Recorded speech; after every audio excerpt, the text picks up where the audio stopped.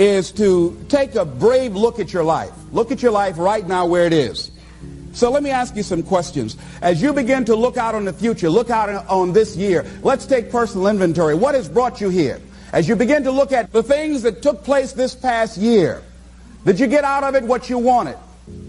Did you achieve the goals that you set out to achieve? What part of your life or what things did you do that you don't want to be a part of your life? Are there any people, as you begin to look at your life and look at where you want to go and what you want to do, are there any people that might be some dead weight that you need to think about unloading? Because what you have found through that relationship, that it's more toxic than it is nourishing, is more debilitating than it is empowering, and so now you've got to make a decision. See, many of us won't be able to move forward because we're not taking true inventory of our lives. As you begin to look at your emotional, your spiritual, and intellectual development, how many books did you read? How many seminars did you attend? How many classes that you take to begin to develop yourself professionally, to improve your craft or your skill? How many new things that you learn? Just take some personal inventory, just thinking. Beginning to know yourself. What are the things about your past that has influenced you right now? What's your philosophy of life? What are your beliefs, things that you feel very strongly about? What are some of the things that you have picked up along the way that you've been doing them for so long you think that they're you, that you need to begin to re-examine them and perhaps get them out of your life? See, a lot of things we do unconsciously because we picked it up somewhere in life. A friend of mine out of Chicago named Rhea Steele, I was at her house to have dinner, and Rhea, who was born in Chicago, has a tremendous southern drawl. After I met her mother, I said, where did Rhea get her southern drawl from? She said, my sisters came up from Kentucky, and they used to be her babysitter. And she picked it up while in their presence. And Rhea still has that drawl. What is it that you've picked up somewhere in life that might be a liability to you? What fear, what beliefs that you're holding on to tenaciously that's no longer allowing your life to work? It's not enabling you to produce the results that you want to produce in your life. And you're still clinging to them. See, as we go into a new world, there's some old behaviors that just won't fit. What are the events? What are the circumstances? What are the people that have shaped you? Just thinking. What are the things that you need to let go? Some things that have cost you pain, that's stifling your growth and development. What are those things? As you begin to look at your profession or your career, what is it that you need to do to begin to upgrade your skills or your knowledge, to continue for you to be competitive in the marketplace? As you begin to look at yourself and ask some of these questions, what is something that you're good at? Are you living your passion? Are you living your dream? What do you regard as your greatest personal achievement?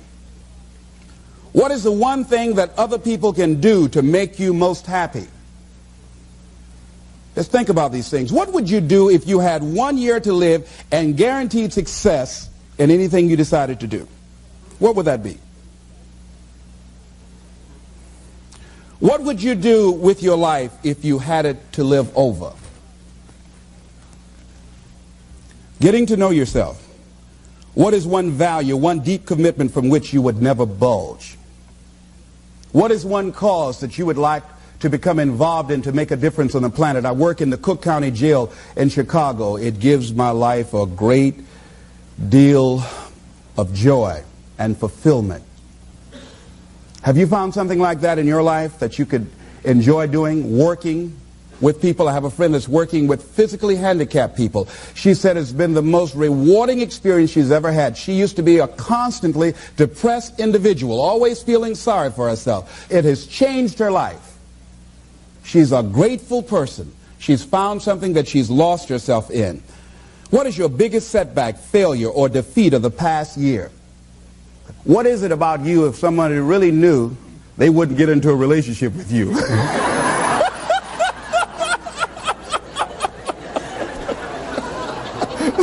Now don't go tell it. But once you acknowledge what that is, then start working on it and changing it. Change that. It's easy to blame the other person, but start taking ownership for where you are. Are you proud of how you have been living your life? Have you explored your natural talents, your gifts, by enthusiastically trying a variety of activities? Ladies and gentlemen, a lot of us have so much talent and abilities, we just put them back on the back burner or just left them aside someplace. Never did anything with them, never brought them out here. Used to do them extremely well in high school or college, or just had a natural gift and never did anything with it. What are you sitting on? What gifts are you sitting on? Have you resigned yourself to a life feeling that nothing can be done to change your future or your circumstances? Have you been afraid to try something different because you're afraid of how people will react to you or what they will think? Those are some of the things that I suggest that you begin to answer yourself. Now, here are some things that I suggest that you begin to look at working on to develop your character. Some things that will give you some personal strength. Webster says character building activities. He says character, the pattern of behavior or personality found in an individual or group. Moral strength, self-discipline, fortitude. That's what's going to be required in order to begin to manifest your greatness. Now, looking at yourself, one of the things I'm suggesting you look at, what is it that you need to be in the process of doing more of or less of? Like being more direct. So I used to have a problem of not telling people what I actually thought because I didn't want to hurt anybody's feelings. Saying no without feeling guilty. More focused. So I used to be the jack of all trades and master of none. Used to do a lot of things. One year I decided to do one thing well. I looked at all of my talents and I decided the strongest one, my ability as a speaker, that's the one I'm going to focus on. But I'm capable of doing a lot of other things.